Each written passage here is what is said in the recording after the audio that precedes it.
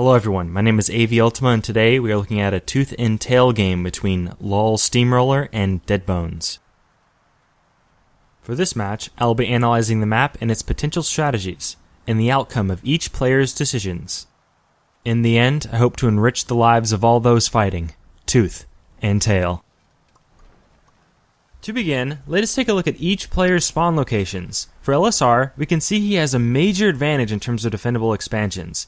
If Deadbones wanted to attack, he would need to tread through the water in order to come close to these three mills. Deadbones' side isn't nearly as lucky. Although he has a safe expand on the western end of the map, deciding to choose this mill may end with Deadbones in a contained position. If LSR wished, he could take one of these two forward positions and trap Deadbones on his side of the map. If Deadbones wants to guarantee a mid to late game, he would need to aggressively take one of these forward expansions before LSR. In the very least, this grants Deadbones an easy back expand, if he needs it.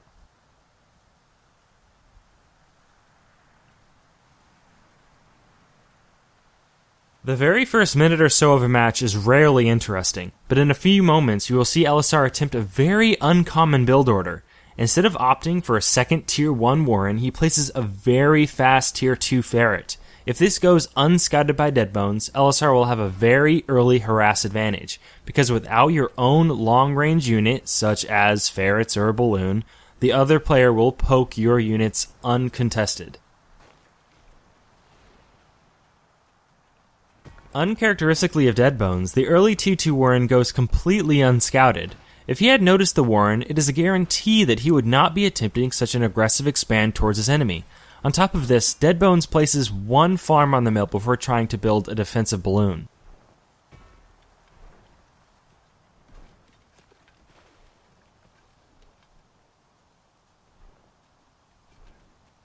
And even before he has a chance to settle into his new base, LSR pushes with his first Ferret spawn and catches Deadbones completely by surprise. With extremely quick reflexes, Deadbones sells the constructing balloon before it takes a hit from the Ferret's first shot. Noticing the early Ferret, Deadbones attempts to push into LSR's army. Now, in most cases, this is the smart play. Ferrets are not exceptional in close combat. It can easily fall to high T1 numbers. But in this case, Deadbones invested into an Expo, a farm, plus a balloon. So instead of having that extra food for squirrels at this point, LSR and Deadbones are even in terms of squirrels, and Deadbones cannot push forward. So knowing he cannot keep this base, Deadbones smartly falls back and begins building another balloon behind this falling expansion. Deadbones is simply buying time and using the mill as a tank for this balloon to go up. This is an amazing play from Deadbones. His first objective was to set up a counter to the Ferrets, and he succeeds. Now he just needs to find a way to recover.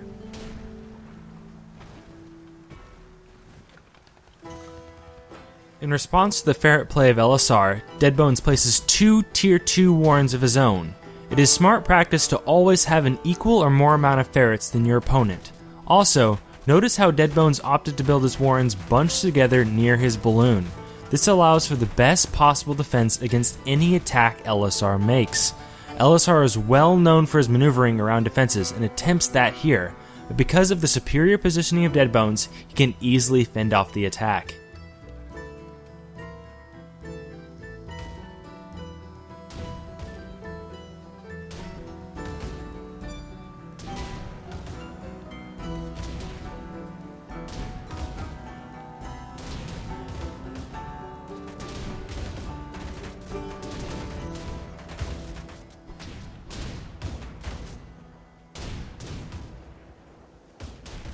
Ferrets are considered a unit that forces fights. They are excellent at either forcing bad engagements or causing your opponent to fall back out of range.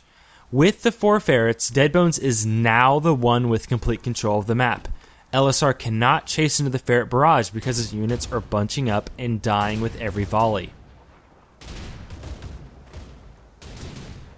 At this point, LSR would have fared well with a balloon of his own, holding off any Ferret harass. He then could have safely expanded to one of those eastern bases, but he instead chooses to expand aggressively. This is an odd choice, considering Deadbones can fire at this new mill with his 4 Ferrets. I assume LSR did not want to be caught out of position walking to the other bases. or he desired to gain the upper hand by building a balloon closer to Deadbones' base.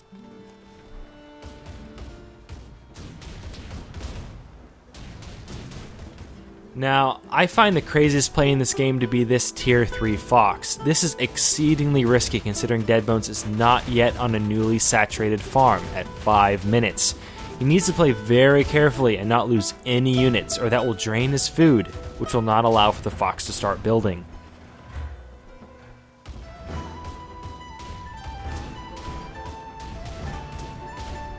Keeping his distance, Deadbones destroys the forward expansion of LSR without much resistance. The farms of LSR were starting to die off and he could not afford to reinforce his squirrels fast enough. Without the backup of squirrels, the base fell fairly easily.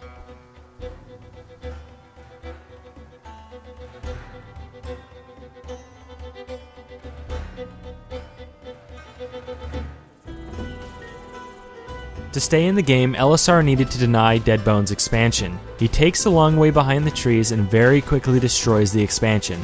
After a short skirmish, they both fall back to their sides of the battlefield.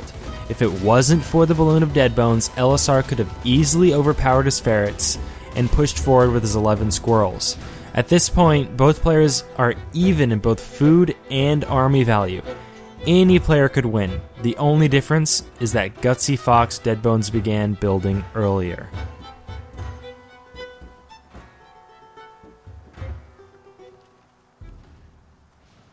Unfortunately for LSR, he had absolutely no way of defending against a Fox. He never built a balloon for a suitable defense, so Deadbones roamed across the river and slowly picked LSR's army apart, draining his money. It is impossible for LSR to recover, so he surrenders, allowing Deadbones to take a well-deserved victory.